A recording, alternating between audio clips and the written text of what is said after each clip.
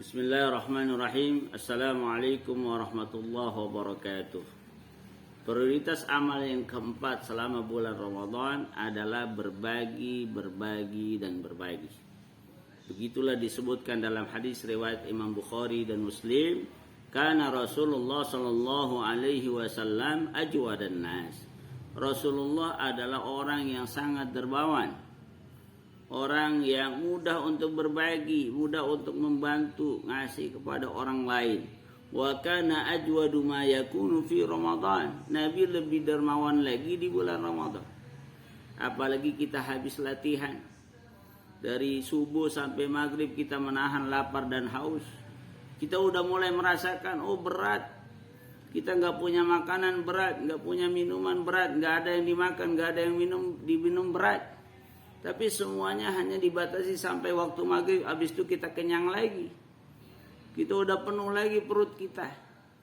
Kita diajak untuk bisa bersimpati dan berempati bagaimana dengan tetangga kita, saudara kita, yang bisa jadi menahan lapar dan hausnya bukan hanya dalam hitungan jam, tapi berhari-hari, berpekan-pekan, berbulan-bulan.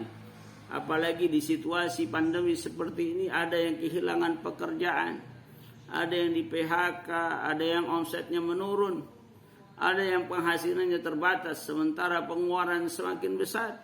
Harus ikut pembelajaran online untuk anak-anaknya. Kemudian belanja di saat berbuka. Kadang-kadang anak tidak tahu bahwa orang tuanya dalam kesulitan.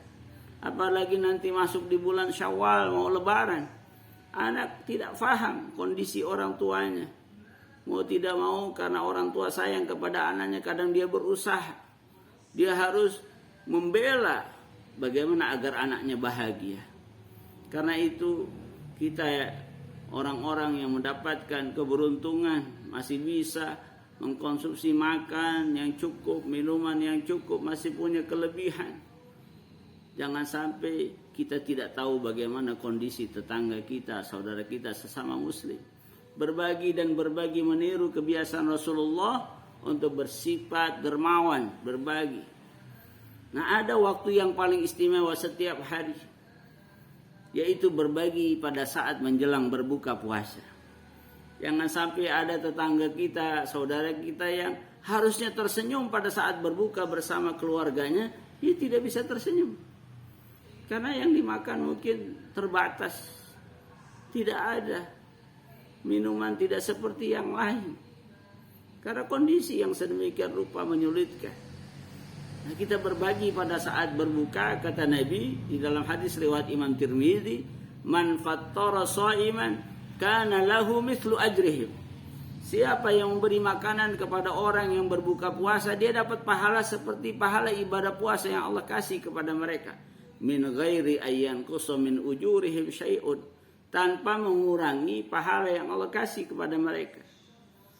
Kita misalnya masak kolak, tidak hanya menghitung anggota keluarga kita, kita banyakin.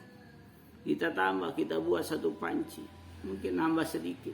Tapi kita bisa bagi-bagi tangga sebelah, tangga depan rumah kita, kiri kanan, di belakang, kita bagi. Nanti setiap rumah ada 3-4 orang yang berpuasa. Dia makan dengan kolak yang kita buat. Kita dapat tuh. Yang kita bagi 10 rumah, ada 30-40 orang yang makan dari makanan iftar kita. Insya Allah kita dapat pahala ibadah puasa kita dan ibadah puasa orang yang makan dengan buka puasa, menu berbuka yang kita berikan kepada mereka. Atau ada masjid, surau, musola di kampung-kampung kita yang melaksanakan buka puasa bersama di tengah pandemi dengan protokol kesehatan. Kita ikut mengirimkan makanan. Apakah buah pepaya kita beli dipotong-potong, apakah kurma, apakah kita siapkan teh manisnya. Masya Allah. Sungguh sebuah kenikmatan, bahagia di dunia melihat orang-orang di sekitar kita tersenyum. Kemudian kita mendapatkan ganjaran pahala yang Allah berikan sebanyak orang yang ikut makan atau minum dari menu berbuka yang kita berikan kepada mereka. Semoga ini bisa memotivasi agar ibadah Ramadan kita meningkat pahalanya. Prioritas pertama adalah maksimalkan sholat wajib 5 waktu berjamaah di awal waktu, tambah sholat sunnah untuk menyempurnakan sholat fardu kita. Amal prioritas kedua adalah puasa, anggota badan kita seluruhnya ikut berpuasa. Kemudian yang ketiga tilawatul Quran, kita hatam 1 kali, kita tadarusan. Kemudian yang keempat adalah berbagi dan berbagi, terutama untuk menu berbuka puasa agar semua mendapatkan kebahagiaan pada saat beduk azan maghrib terdengar.